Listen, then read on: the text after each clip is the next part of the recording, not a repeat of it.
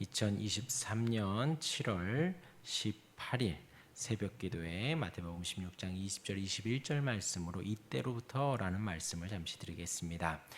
지난 주일에 예수님은 제자들에게 너희는 나를 누구라 하느냐 하는 질문에 대하여서 베드로가 당당하게 주는 그리스도시요 살아계신 하나님의 아들입니다 라고 답을 했습니다. 우리에게도 이런 고백이 있어야 함을 제가 말씀을 드렸습니다. 감사하고 기쁠 때에도 예수님은 우리의 유일한 구원자입니다. 하지만 반대로 힘겹고 버거울 때에도 예수님은 유일한 구원자임을 잊지 말아야 합니다.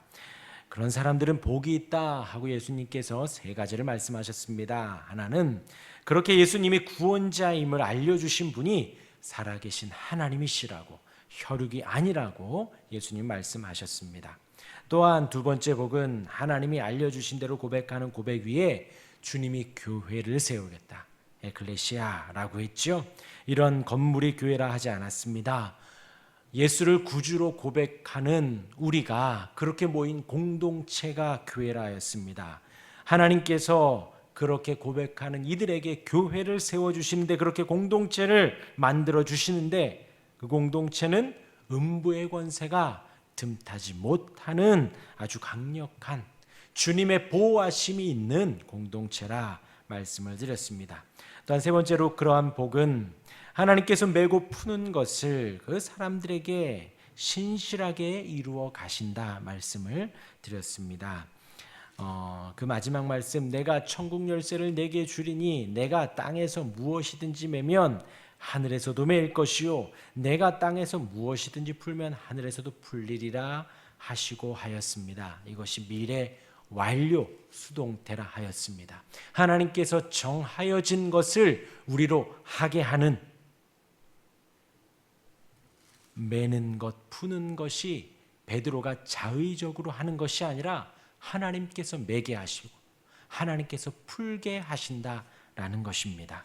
하나님이 정하신 대로 메어가고 풀어가고, 그렇게 하나님께서 신실하게 베드로를 이끌어 가시고 하나님께서 그렇게 신실하게 예수는 구주라고 고백하는 이들을 이끌어 가신다 말씀을 드렸죠. 그러면서 읽기는 20절까지 읽었지만 제가 주일에 20절은 언급하지 않았습니다.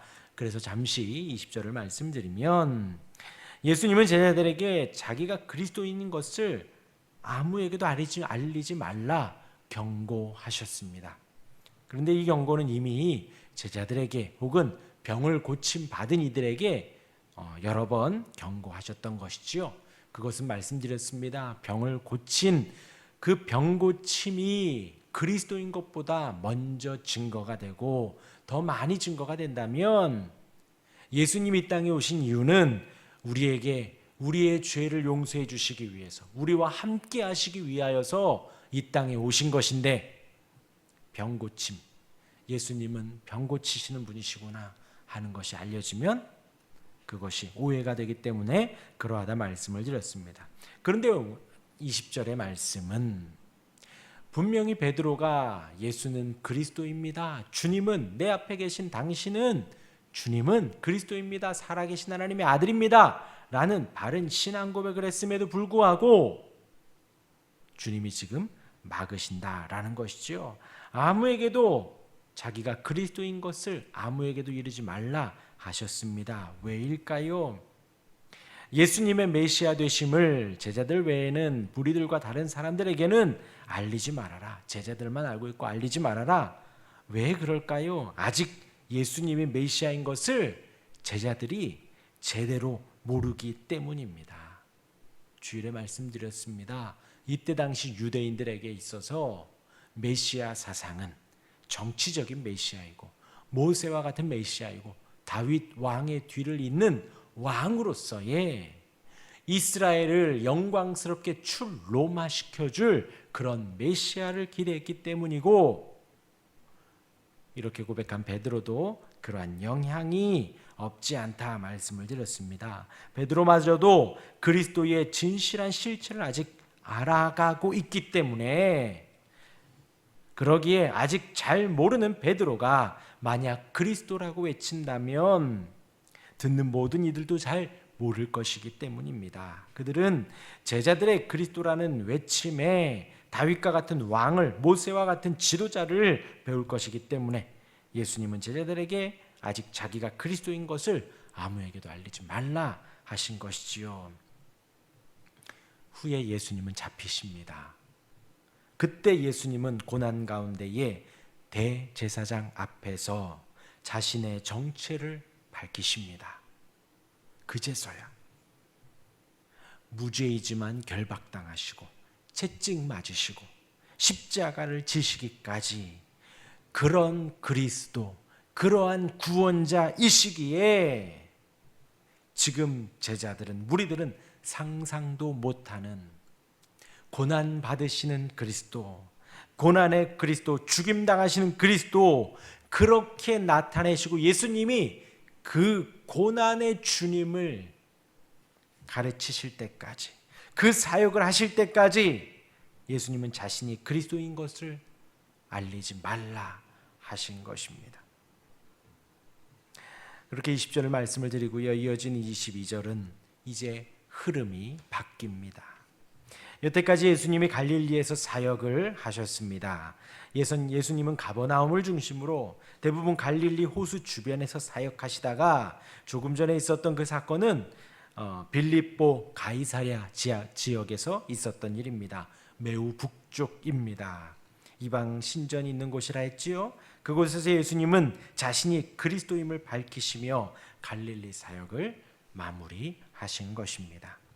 그리고 이제 이곳으로부터 남쪽으로 예루살렘으로의 사역을 소개를 합니다. 이렇게 지역적으로 선을 긋는 것은 여태까지 예수님이 누구이신가에 집중을 했다면 이제부터 예수님은 어떤 그리스도인가, 그냥 그리스도가 아니라 어떠한 그리스도인가를 더욱 드러내실 것입니다. 이제 21절에 이때로부터라는 단어로 시작을 합니다. 이제 예수님은 예루살렘에서 고난과 죽음과 부활을 본격적으로 알리십니다. 이제 20장쯤 가면 조금 더 이제 강조를 하지요. 이제 우리가 이 부분을 좀 생각을 해보면요, 이스라엘 종교의 심장부인 예루살렘, 유대인들이 거기서 절기 때마다 제사를 하지요. 그 이스라엘을 위해 오신 메시아를 대적하는 주체들은 놀랍게도 공회의 구성원들입니다. 이스라엘을 대표하는 종교 지도자들이지요. 오늘 말씀에도 장로들과 대제사장들과 서기관들에게 많은 고난을 받는다 하였습니다. 이들이 이 문장 하나로 통칭을 합니다. 장로들, 대제사장들, 서기관들, 이들 개체적인 활동으로 예수님을 대적하는 게 아니라 이들이 하나가 되어서 예수님을 대적한다라고 표현을 하고 있는 것입니다. 예수님은 이제 많은 고난을 받고 죽임을 당하심을 가르치십니다. 예수님이 이 땅에서 진정으로 그리스도의 사역을 감당함을 말씀을 하고 계시는 거죠. 그런데 거기에 그치는 것이 아닙니다. 고난과 죽으심으로 그 가르침의 끝이 아니라 부활까지 꼭 가르치신다는 것이에요. 예수님은 공생의 사역 동안에 고난과 죽으심을 분명히 가르치시지만 거기에서의 끝이 아니라 부활까지도 분명히 가르치신다는 것입니다. 걱정 말라는 것이지요.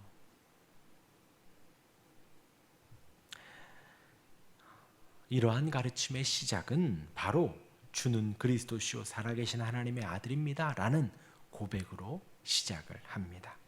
하나님께서 성도들에게 주만이 유일한 그리스도임을 가르쳐 주시고, 주만이 살아계신 하나님이심을 가르쳐 주시고, 주만이 하나님의 아들이심을 가르치신 후에 예수님의 고난과 죽으심과 부활의 주님임을 가르쳐 주셨다라는 것입니다.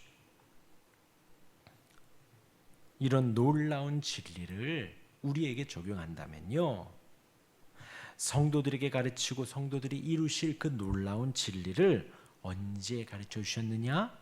주는 그리스도시요 살아계신 하나님의 아들이십니다라는 그 바른 신앙 고백 이후에 이제 죽으심과 고난과 부활을 가르쳐 주셨다는 거예요. 이 예수님의 죽으심이 우리에게 얼마나 큰 은혜인지, 예수님의 고난이 우리에게 얼마나 큰 은혜인지, 예수님의 부활이 우리에게 얼마나 큰 은혜인지 그 바른 신앙 고백 이후에 가르쳐 주셨다라는 거죠.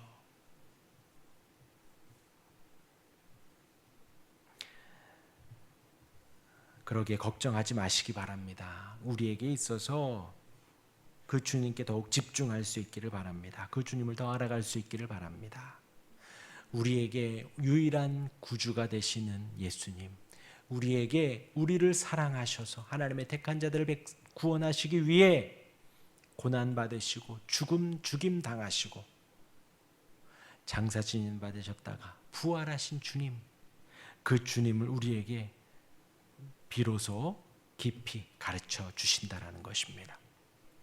평생 그 가르침 아래 그 주님을 사랑하고 고백할 수 있는 저와 여러분들 되시길 바라고, 오늘 하루도 이 주는 그리스도시요 살아계신 하나님의 아들이십니다라는 바른 신앙 고백 위에 주님의 고난과 죽으심과 부활의 은혜를 오늘 하루도 배워갈 수 있는 우리가 되기를 주님의 이름으로 축원합니다. 아멘. 기도하겠습니다.